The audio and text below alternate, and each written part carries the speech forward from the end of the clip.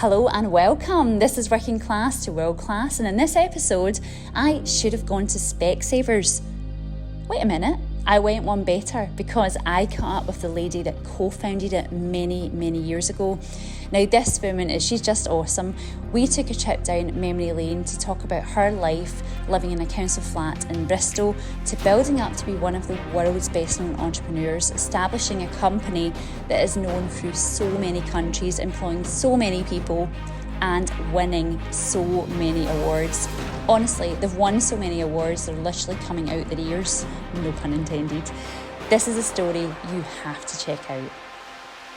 Breaking through the barriers of adversity, I'm Lynn Lester, and this is Working Class to World Class. So thank you for joining me today. Thank you. I thought I'd put some glasses on today. I only really need them for close-up, but we are on a computer, so if I don't wear them, you see people say, "Ooh, why don't you wear glasses?" That's a good point. Or your contact lenses, but maybe they wouldn't be as obvious. Contact lenses, yes.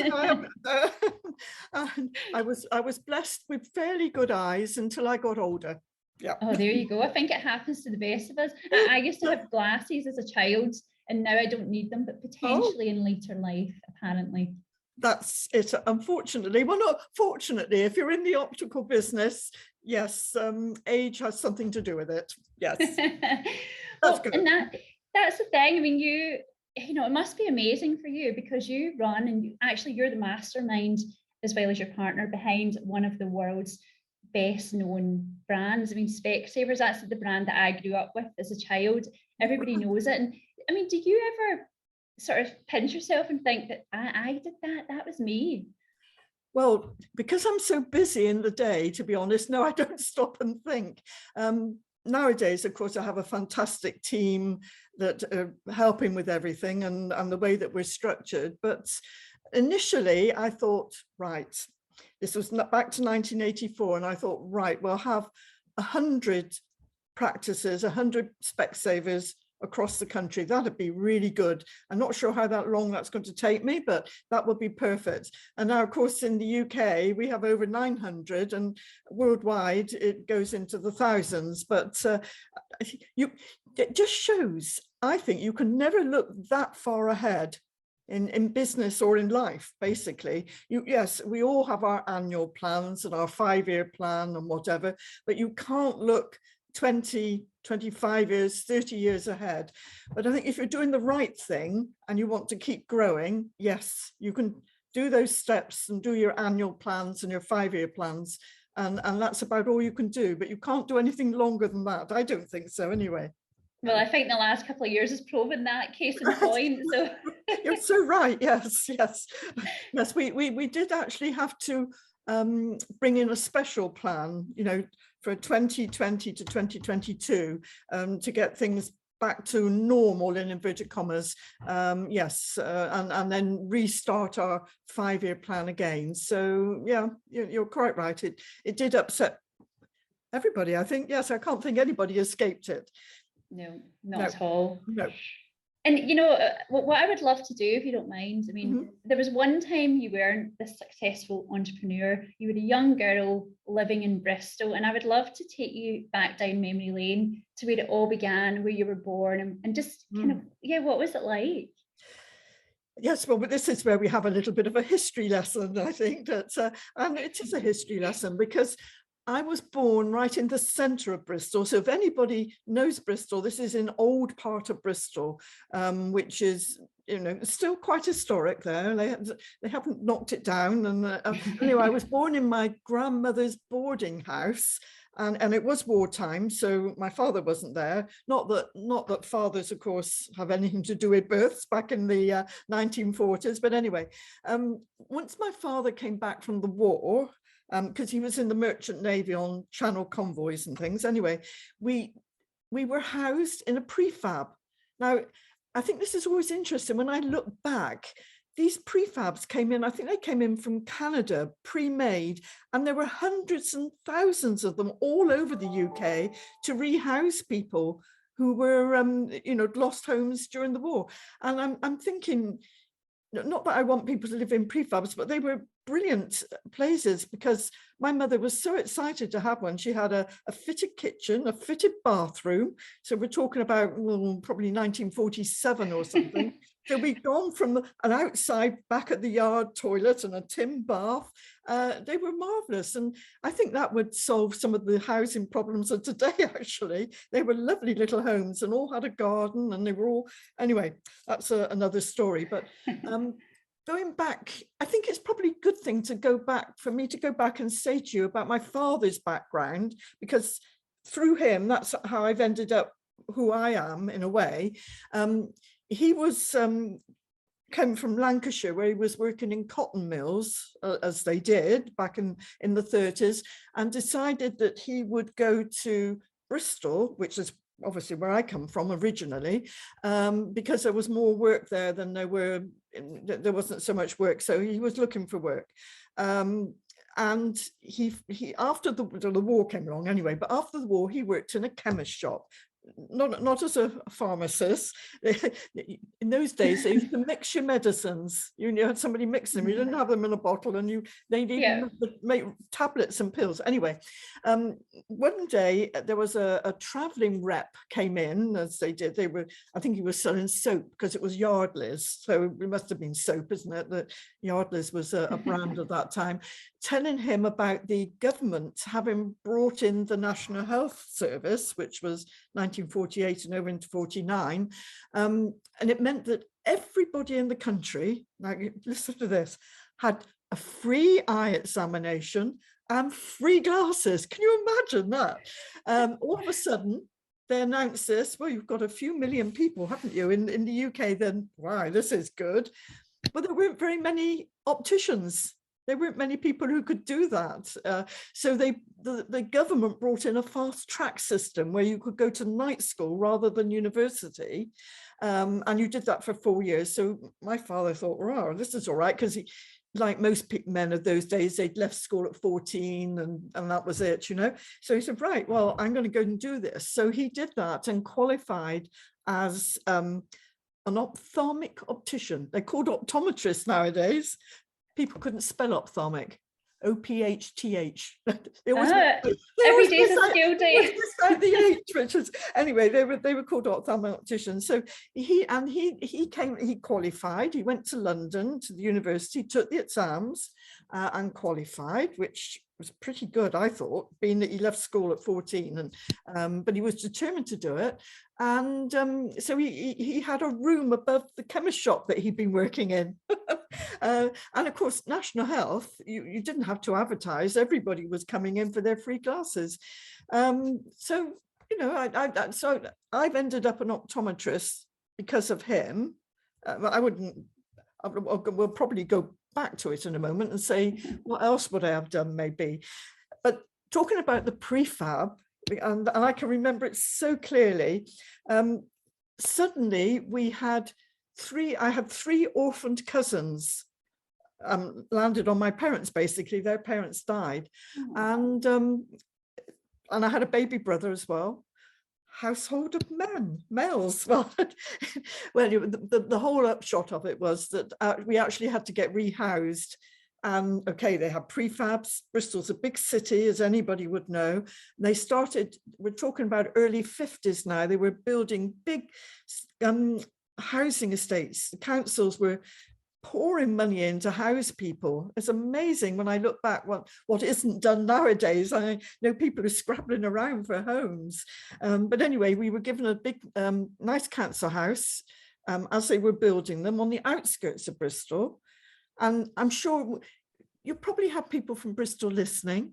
This was Hembury Estate, and they will know exactly where that is. It's near a beautiful parkland called Blaise Castle. But anyway, it's a beautiful place, but Hembury, and in there we moved. So I was growing up with a household of males, and it was great childhood, playing in the streets. They don't play in the streets that much nowadays. And there were a lot of half-built houses. Can you imagine health and safety, just leaving children play over these places? So I had a great childhood. when the nearest school was a very strict school, it was a Church of England school. Schools were quite different then, I think. You did have to sit and listen. Didn't matter what age you were, and they were big classes, mine. Big classes, to have well over 30 people in them. And I can remember the discipline we had in that church school. And I do sometimes meet up with people who went to the same primary school as I did. So we're talking early 50s now, early 50s. Wow. And we all remember Father Fostite used to come in and make us learn the catechism and recite it every morning, even if you were only 5 or 6 years old. So, but great training for the mind, isn't it? I think so. Yeah, absolutely. I'll agree. quite different. So I think the discipline didn't do me any harm at all. I mean, there's a lot talked about how you teach children, isn't there? I mean, you must have read so much about it, but times had changed. But because of that discipline, I was able to pass, which we don't have anymore, the 11 plus. You don't have that exam anymore, do they? No, they've stopped it. They stopped it everywhere. But what it did enable me to do, coming from an ordinary family, called ordinary working class family, say, was to actually go to a grammar school. It wasn't a top grammar school in Bristol. There were many of them, because it's a big city, but nevertheless, it was a grammar school. So again, we didn't muck about there either. You had to do what you were told. And I think about the childhood was so different, and it does affect you as an adult. I mean, well, we didn't have TV, so there was no social media. We didn't even have a telephone. You listened to the wireless, wasn't called a radio, the wireless, and it was a great big monstrosity thing there, great big thing. And I think people then, if you wanted something, you saved up for it. And you worked hard, saved up for it and bought it. So maybe life is good now, yes, but maybe things have come a little bit too easy for people. I'm not sure that, not that I ever noticed anything growing up. I had a fantastic childhood, as I say, with 3 boy cousins to play with and a little baby brother as well, and lots of other friends. I mean, it was a great life, and the school life was. I loved school. I did love school, and we still have school reunions. Some of us sadly sort of passed on, but nevertheless, it's very nice to see old friends from back in. Again, we're talking about the 50s, so. My school life was pretty good, I think, pretty good. Yes. So that sounds amazing. It does mean, so, when you were saying about the, having no TV, I mean, that must have been quite liberating as well. Because I remember being, a child, well, we did have a TV, but I was the mobile TV controller where I had to go and change a channel. Oh, yes. That was a privilege.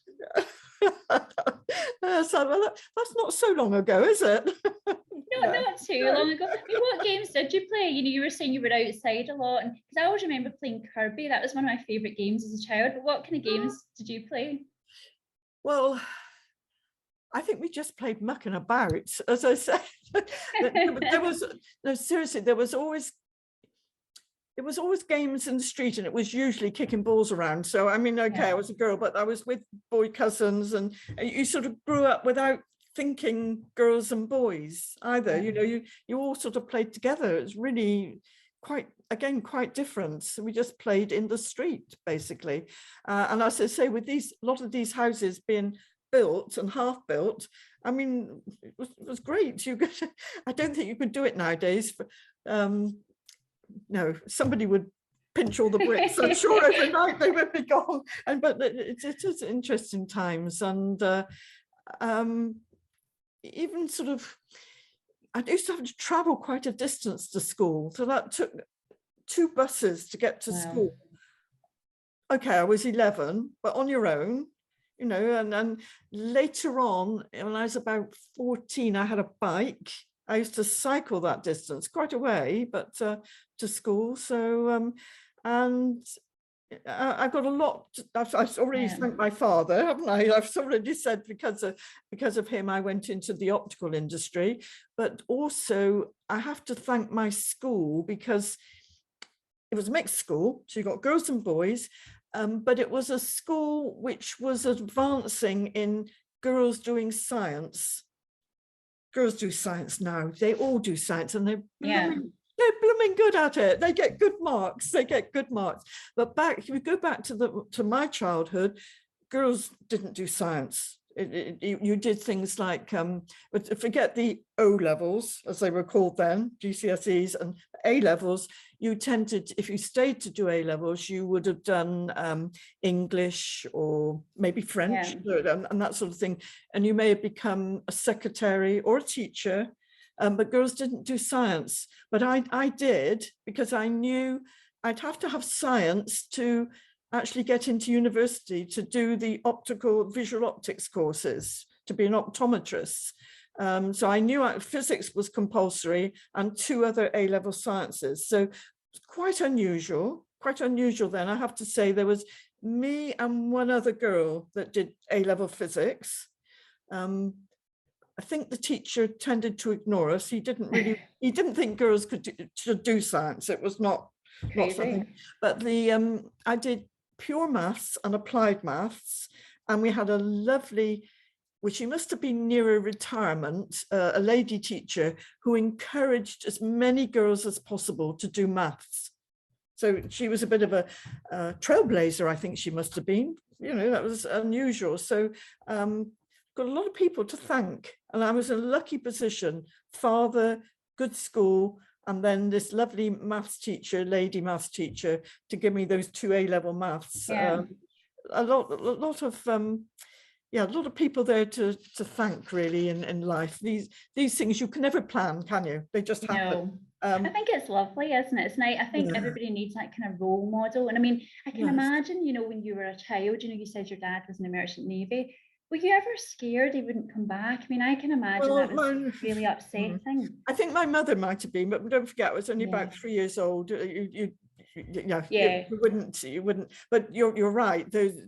When you think of what's going on at the moment around the world and in certain places, without mentioning them in this particular conversation, women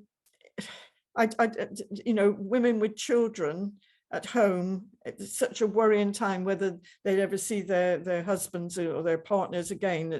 It is very, very worrying, and I can't imagine how. I mean, I was only a child, so it didn't affect me. Although I must admit, I didn't see my father until I was about 3. And I'd been thoroughly spoilt by my mother and my grandmother. And I don't know that I quite fancied this man telling me what to do. I know, it would have been a shock to the system, wouldn't it? And I guess, it's lovely when you talk about your cousins. I mean, it's tragic, and I'm really sorry that they went through that. And obviously that would have affected your family. But what was that like? Like, you can imagine you and your little brother, you're having the time of your life, you've been spoiled by your mom, and and then these 3 kids come bounding into your life, who I'm sure you love deeply. But was that a real shake up to your home life? It would have been. That's when we had to move to a bigger house, obviously, from the prefab. But one of them must have been in his teenager years, so he pretty soon went to work and left home and went off to do some, and so it was just mainly the other 2. See, again, to me, it was lovely. I knew them well. They were my cousins. We'd known each other. I'd known each other all their life, and one of them was almost the same age as me, so it was like having a twin brother. That's right. Perfect. In fact, I'm going to see him. He lives in Bristol. I live in Guernsey. I've lived here for nearly 43 years now, but I am going back to Bristol very shortly, and I will be paying him a visit, because he is like a twin brother as well as a cousin. Yes, yeah. So that's lovely. Yeah, it's so nice. I think if my mother was still around, she would be the person to ask about what it was like. Because all of a sudden, you can imagine all the extra washing and cooking and my goodness. No, it sounds like fun as well. I think as a child, though, it's like your friends come around to stay permanently. I mean, who wouldn't want that? Yes, it's a bit like that. Yes, I can imagine. Yes. Did you ever think, like growing up, obviously we'll come to your success in a minute, but growing up, you obviously had your mindset and you wanted to be an optometrist. I hope I've said that right. It's a word I can never say. You did, so hopefully yes. I've said it. Did I do okay? You can just say optician, but optometrist is the real title. Is it correct? Yes, so there you go. I'm doing it proper now. But you had your mindset in that. Did you ever think as a child, I'm going to be a businesswoman or an entrepreneur, or did you think that was kind of going to be it?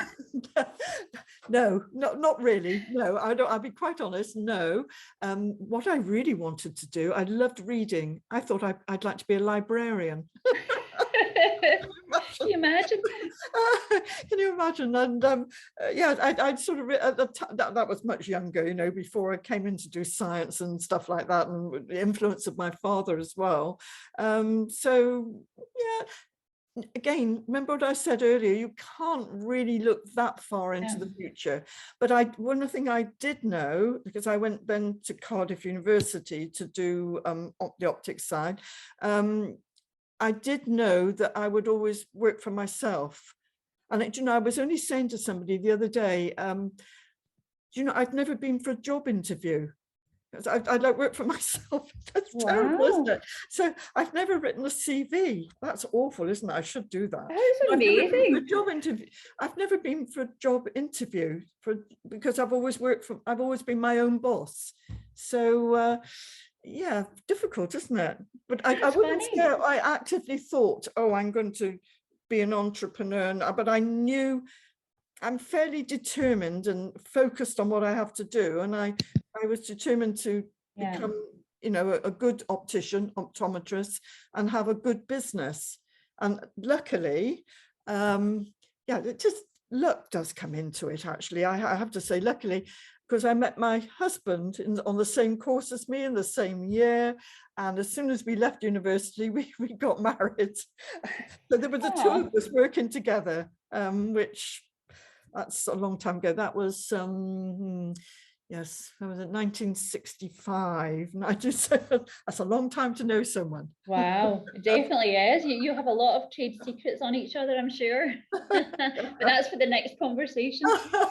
And I guess the thing is as well, what sounds lovely about it. So you're saying that the long-term plan, kind of in the grand scheme of things, it doesn't make sense in terms of the world can change, but you were pretty set that you wanted to be, you wanted to work for yourself, you wanted to be independent. Why do you think that was? Do you think it was because the way you've seen other people live their life, or do you think it was inherent from your mum and dad? Or I think it's definitely from my father, because he worked for himself once he'd qualified. Yeah. And so two things I got from him was, yes, you can work for yourself and you don't need pots of money to enable to start a business. You can start small and just sort of go little tiny steps.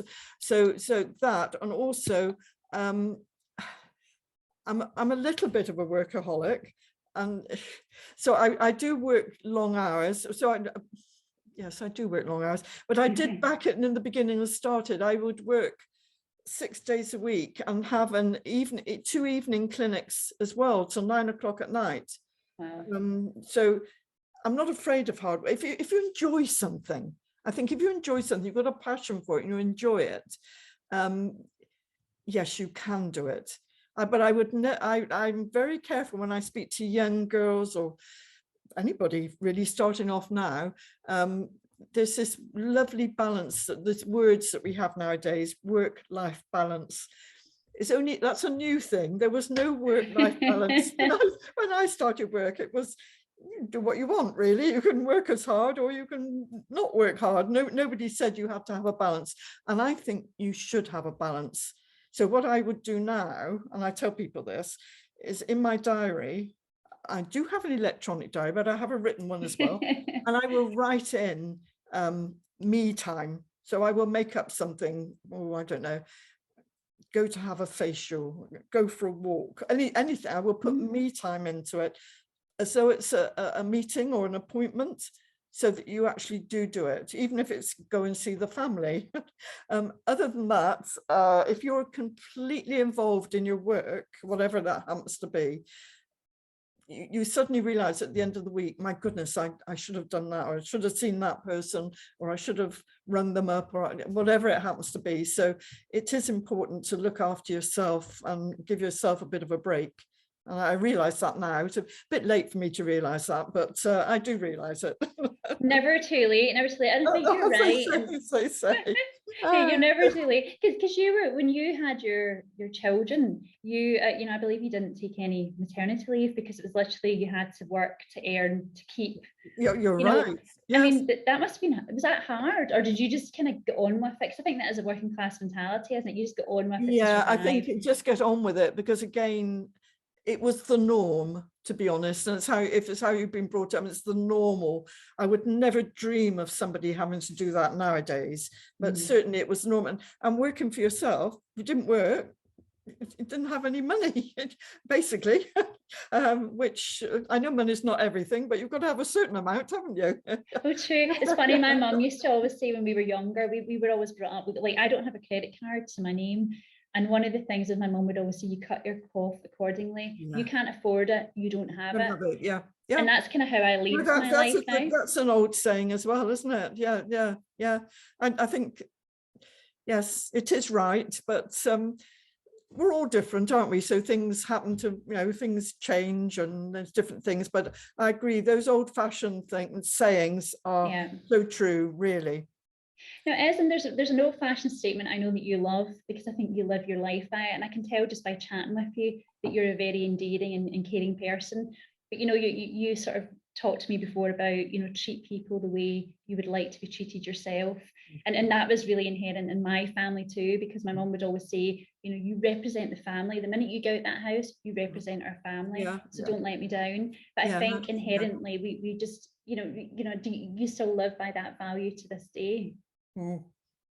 You're right, and of course I carried that value through into, so I've had two companies, but I've just stopped there and have two companies. So one with myself and my husband, and we worked together as opticians and grew in the West Country.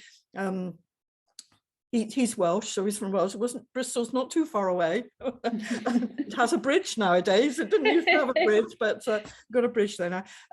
So that we sort of worked with that in mind, treating people as, we never actually said it out loud, but when it came to when we formed Specsavers, then we wanted to have a value and what we believed in, which was to treat others as you wish to be treated yourself. That was the values. There was a vision and all sorts of other things. And so we stuck with that. And I think it's very good. It's quite difficult to do all the time. 24, everybody you meet, to treat them as you'd wish to be treated yourself, because let's face it, some people you don't always feel like that, but if you stick with that, you can't go far wrong. So everyone in our company now, in every country, that's what they believe in, and that's what they know about, and that's what they can recite, and that's what they work towards, and try and do that all the time. Not easy. No. Out, some days you might not feel like that, but biting your tongue. Well, it's funny because I actually know a few people that work for Specsavers, so a cross between my family and friends, and they're all, I would say that anyway, I'm a little biased, but they're all really lovely people. And actually, no matter what store you go in, I do kind of get that sentiment that everybody is just really, really nice. Now, whether they are like that all the time, but it's always the impression, the first-hand impression that I get. Yeah, I think probably what I want people to do, and that's not just in my company, I think if you go to work, you should enjoy it. Look at the hours that we spend at work. You should enjoy going to work and doing what you're doing. And it should be, okay, everybody works hard, but you should have, it should be a bit light-hearted sometimes. And we always say we work hard, but play hard, which we do have some good parties, legal parties. Of course, that's important. That point. About this. I'm joking now. Seriously, people should enjoy, so you give them nice work surroundings and look after them and know them personally, and their ins and outs and problems. everyone's got a little problem in their life, you know, to help each other, and they should be friends. So obviously I don't know everybody who works in every Specsavers. That would be, I know quite a few, but not all of them. Be a miracle. Yeah, it would be a miracle, wouldn't it? A few thousand. The main difference, why we set up Specsavers was to be different, to have each, this gets complicated now, so listen carefully. I'm listening. Each shop, each store you see is a separate limited company. So it's a separate company, and the people in the store, so the optician and some of the other people as well, they're the directors of that company, along with myself and my husband. So, you know, we're equal partners. And I think that makes a difference. So if you're an owner director in doesn't matter what business you're in, it could be a restaurant, could be anything really. It's human nature that you're going to really care more for that person coming across your doorstep, and also the people working with you. They're like a little family, so you're going to care for them. So I think that's the difference of having like a, it's not, okay, it looks like a big chain, but it's not. It's a little bit different to a franchise, because we actually give the profits to the people in the store. Not me, not me. So as a franchise, or okay, they would take profits as well. We get paid for the work that we do to support them. There's a lot of support given, and that's important. You need all. If you're in business, anybody will know that there's always somewhere where you need support. Could be in the IT. I always need IT support. Me too. Yeah, it could be on the financial side. It's certainly with Specsavers, it's on using the brand and the product and the manufacturing and all that sort of thing, that learning and development and the people and organizational side, all that needs support. But it's like lots of little families all looking after each other. And do you know, I have to tell you this, we have a joke that everybody, if they work in Specsavers, has green blood. So I say to them, if you cut them open, it's green blood. So we have a bit of joke, and everybody says, you can ask anybody, do they belong to the Green Blood Club? And the Green Blood Club. Green Blood Club, and they will tell you yes. Yeah, that is amazing. And do you know the thing, it strikes me as well, because, and again, I think this is a lot to do with how you were brought up and how you were really cared for. And you know, you can tell that you're like people first, you know, within the business, but also, you know, you also strike me as being, you know, customer centric, customer first. And actually, in the world of marketing, where I kind of live. Oh yes, of course, yes. You find that people now, marketers are saying, oh, it's audience first, and it's like, really, are you just figuring this out after all these years? Yes. Because didn't you land yourself in hot water once when you were allowed to advertise and you were transparent about the prices? You get hauled through the disciplinary, didn't you? Yeah, this is, I mean, to be honest, if you don't put the customer in my business, if you don't put your customer or your patient, if they're not first, you don't have a bit, you're only there because of them. You don't have a business. So we have we're passionate about customers, obviously. That goes without saying, but also our people, because I think it's the people. You've already met some people and you liked them.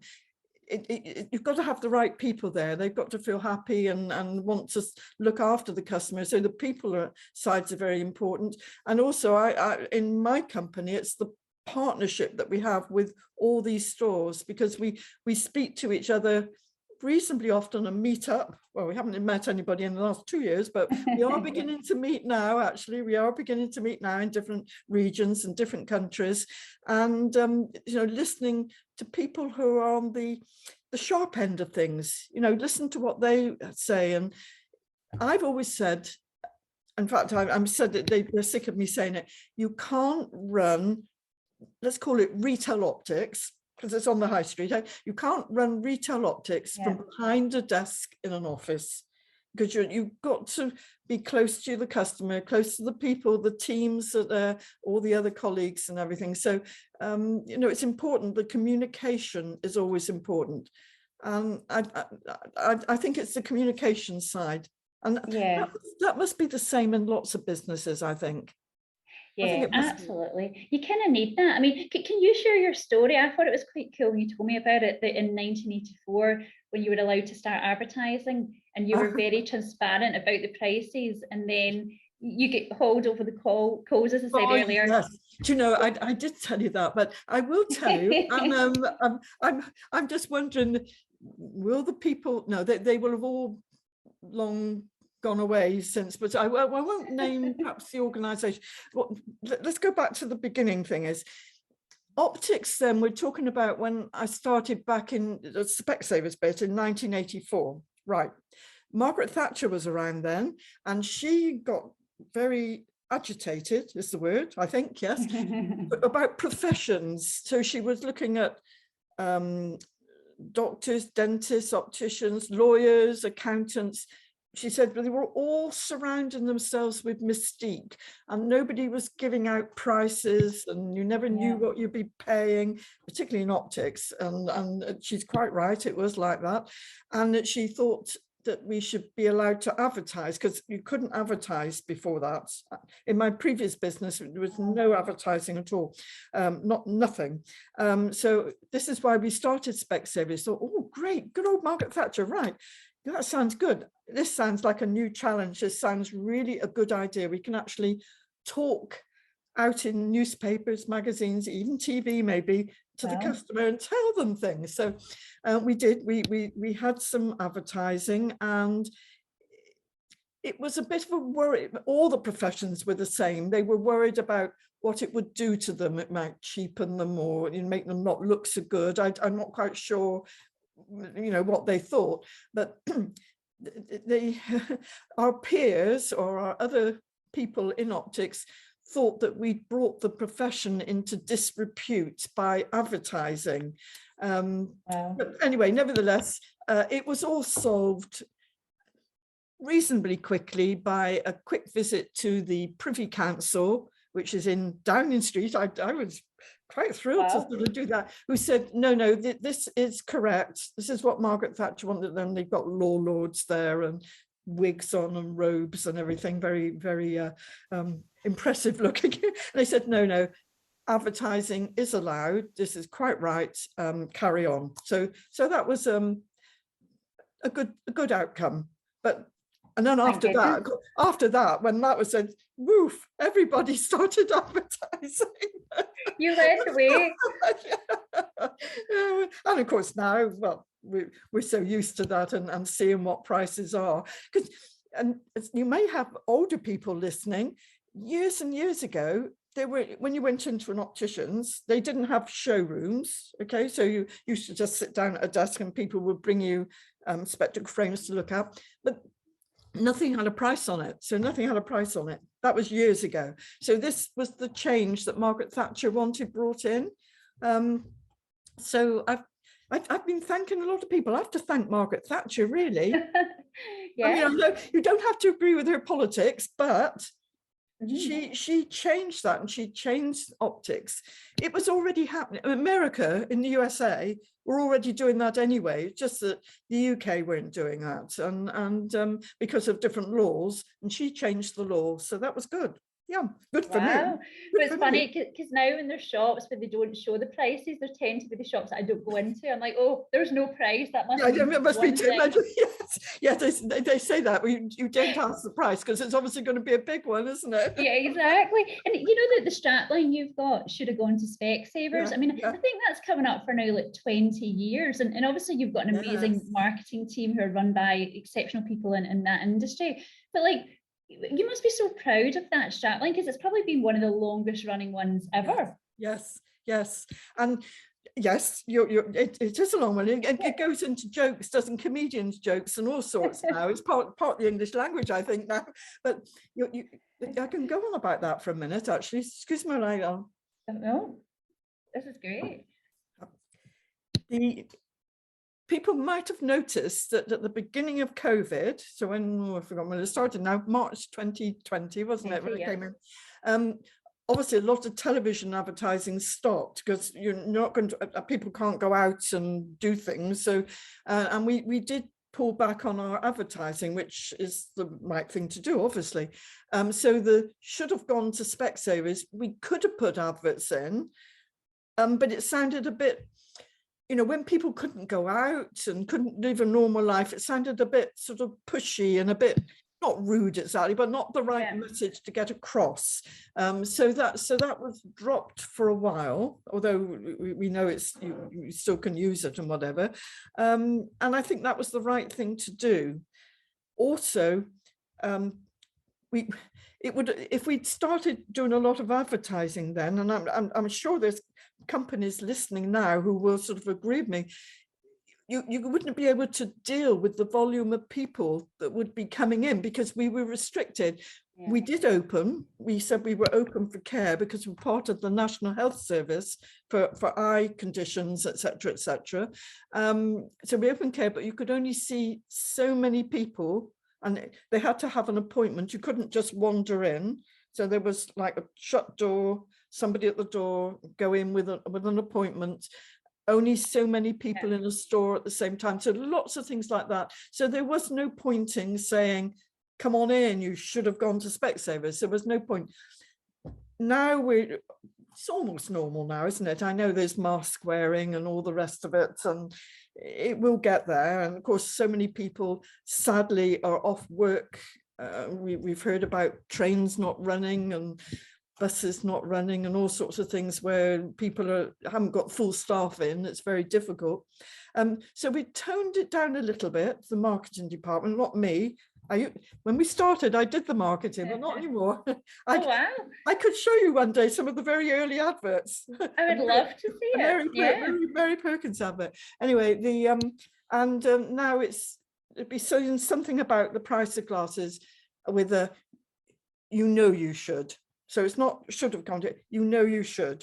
But there are some should have adverts. There's a new one on television now that's there. And I must admit, the creative team, they love thinking up new things. Oh, they're so good. They don't all get past me, I can tell you. Well, that's what I was going to ask. That's a story for another day. As a marketeer, I can tell you some of, anyway. No, it's amazing, because I wasn't sure whether that happened, because you've probably got one of the best award-winning teams on your books, like compared to other brands, like your in-house team. Yeah, they've got a special, lots of shelves. I mean, I don't know, as a marketeer, you might know, is the Cream Awards, is it the Cream Awards? Cream? So we used to run the Cream Awards. So did you? I worked for lots of those. Yeah, and that was in Birmingham. So, was it? All right. Yeah, so right. You could enter if you were from like Birmingham and Bristol. All right. So we had the Cream Awards, but the one that we run now for the sort of regions is the Rosies. So we do the Rosies, but they also win some of the drum awards. So you might see it looks like a drum. Oh yes. Yeah. So they're doing so well. Like literally, it's probably, I think, one of the best creative teams. But I wasn't sure whether you got to approve everything or whether you just. I don't really, but okay. I don't really. It's not really for me to approve because they are. That's another thing. I'll interrupt there. When you employ somebody, this is a little secret, always employ someone who knows a heck of a lot more than you do. That way you keep moving forward. So our marketeers now, I mean, I'm not a marketeer, I'm not an optometrist really. They're trained, they know exactly what they're doing. They've come from good companies, good backgrounds. Why would I tell them what to do? Occasionally there might be one advert occasionally that I said, no, that's really not, that's, I keep stopping and starting here. Young marketeers, they're very clever, but sometimes they might be too clever. Forget maybe all the people that they're talking to, and perhaps their adverts might be a little bit too clever. Yeah, no, that makes sense. Does make sense. I get that. I do. Not very often. They're a great bunch, actually. They are really fantastic people. I love them. I work in the same office as all of them. There's about it's a big office, about 500 of us here in the office in Guernsey, because that's where I was living 4 years before Specsavers started. So I didn't move to start Specsavers. I was already living here. So we're the biggest private in employment people here, next to civil servants. So we're the biggest company, privately owned company, employing, as I say, 500 people. And as I say, the creative director and the creative department is here. We've got other offices in the UK, so there's a lot of changing backwards and forwards, and a lot of team meetings. Yes, things like lots that. of them. You've Lots all of got meetings used like this. yeah, you've all got used to that, haven't we? Absolutely. And I guess the thing is, you know, and I need to ask you actually, so you're obviously a dame now, Dame Mary Perkins. Do you ever get used to that? Like, do your kids say, no, your mum, you're not Dame? Or how do you feel about it? Well, generally at work, obviously, I don't think about it, but you'd laugh at this. Only this morning we had a new person start, and I just know he's going to watch this podcast, and so I won't embarrass him, but I won't mention any names. But it was new; it was his first day today, and I did sort of know him, sort of outside of the business, and we sort of shook. He was being shown around, doing his induction around the office, and we shook hands, and he said, "Oh, it's nice to meet you, Dame Mary." And I said, "When you're in this building, I'm afraid, just call me Mary." I said, or I should have everybody collapsing with laughter around. So there are times that one would use that, but certainly not work-wise. Yeah. No, it's no. Keep it for formalities. Yeah, yes, exactly. yeah, there's different occasions, isn't there, for anything like Yeah. that, really. That's but certainly not with everybody I work with.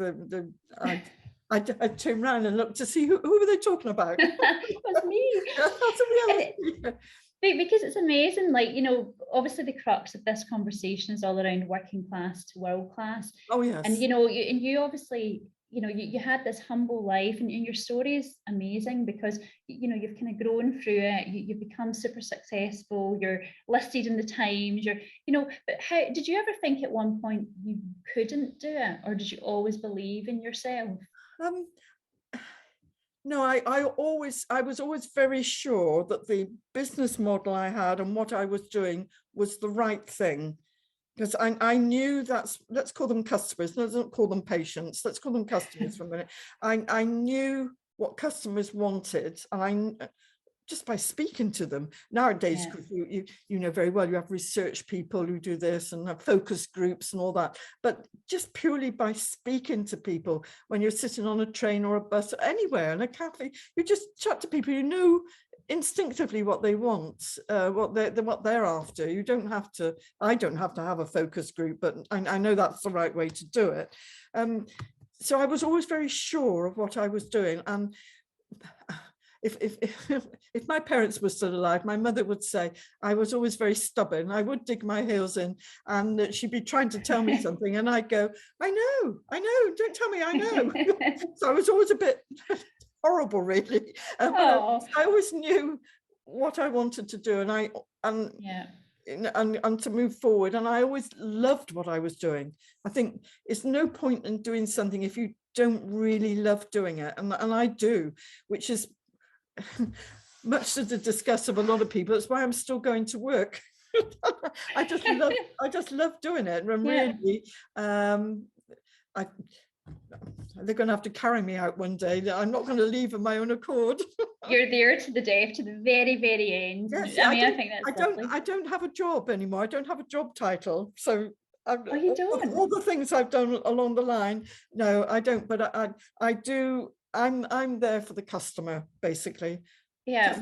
And people, just people who, you know, the little things that crop up, and the writing of a few hundred birthday cards every month. I've just done all the birthday cards for May. It's all right. Oh my goodness, you're busy. I'm really bad at handwriting now. Since I've been working with computers, my handwriting. No, I said my handwriting might not be that good. But mine is terrible. No, we have my PA. She keeps all the birthday cards. We got a whole cupboard full of birthday cards. So do you know, if anybody at work they forget somebody's birthday, they know to come to me, have a birthday card. You're a good person to know. And you know, you were talking about if your mum and dad were here, but what do you think they would say to you right now? I imagine they'd be bursting with pride of everything you've achieved. Yes, I think they probably would. I think they yes, they would.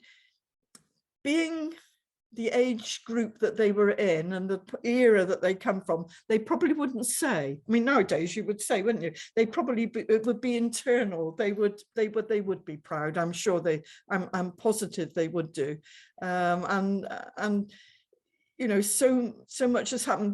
They were always they moved to Guernsey before I did. So my father retired here in 1965 with my baby brother. Well, he wasn't a baby then, but he was younger because he went to school here. And so I knew the island very well. So before I started Specsavers, we sold our little original business that we had. We moved to Guernsey to be near them, basically, to near family and my brother and his family and everything. And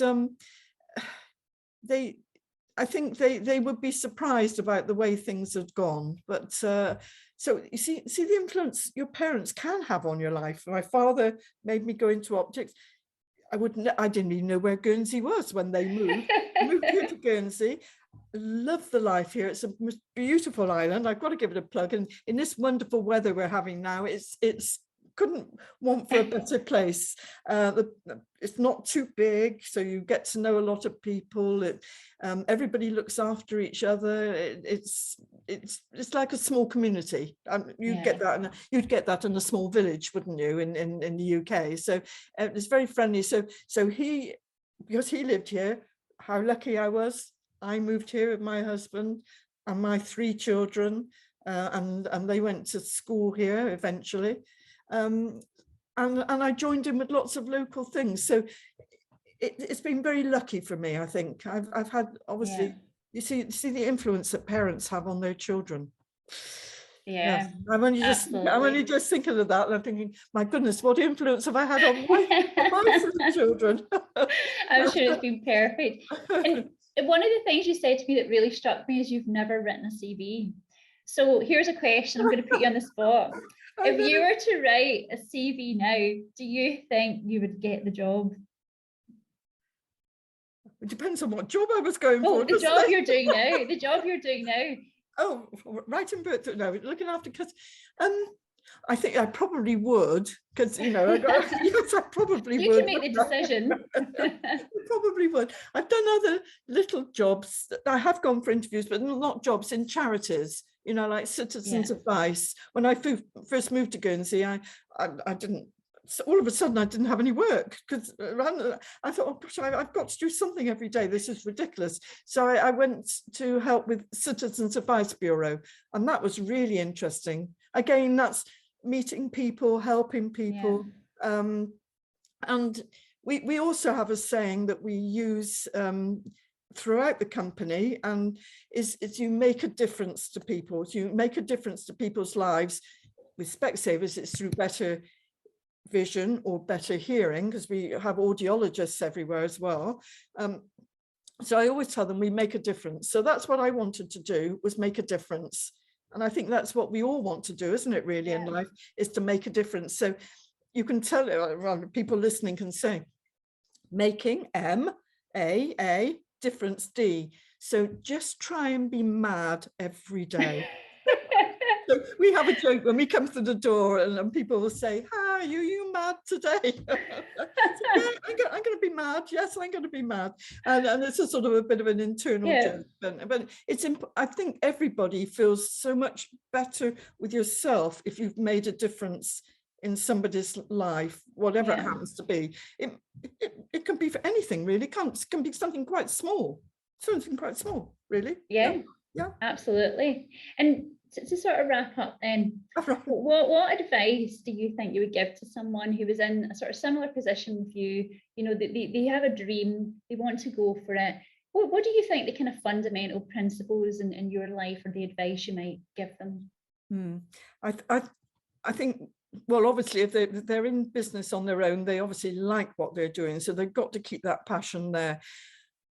I speak sometimes to young entrepreneurs. When I say young, they're just starting, young company of entrepreneurs, just starting up. And I always say to try and involve the family.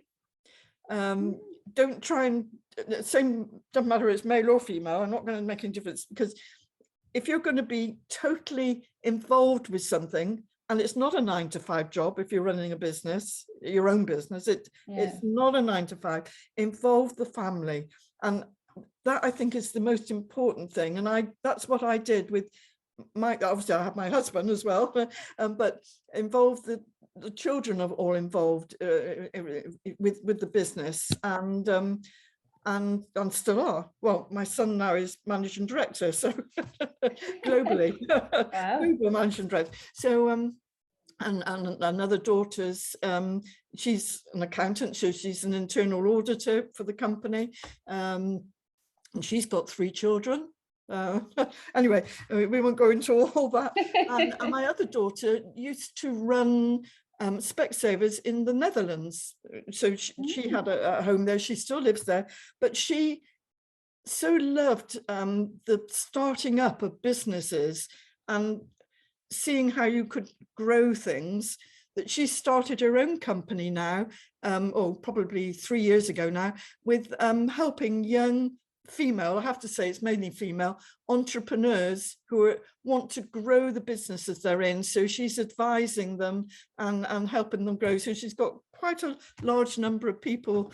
A lot of it's on screen, obviously, still nowadays. But yeah, so involve your family. Who knows what they're going to end up doing? Yeah, who knows? Exactly. Well, I think that is sound advice. And, you know, what I've taken from this, and it's been so lovely to chat, is because I feel that you've continued to remain grounded and truly you're grateful for everything that you've ever that's achieved. Another thing. Sorry to interrupt there. That's another thing. Keep your feet on the ground. If you come from a working background, which I did, it's the same. My father was a working background. My husband's family as well. They were farmers in Carmarthenshire. So keep your feet on the ground. Why change from who you are, really?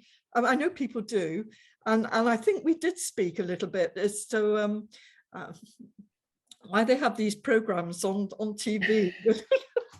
Well, I hate to say, I'm sure they're very entertaining. I watch one and then that's it. You know, they have housewives of and whatever town it's in. I don't know. I don't know why they do it. No, keep your feet on the ground. If from wherever you go. I've got loads of old friends that I grew up with, school friends, and they just know me as we, you know, we went to brownies together, we were Girl Guides together, and that's good. That's the best time of your life, is looking back with people that you were friends with all those years ago. So feet on the ground. Feet on the ground, and never forget where you came from. Absolutely. Yeah, and make a difference every day.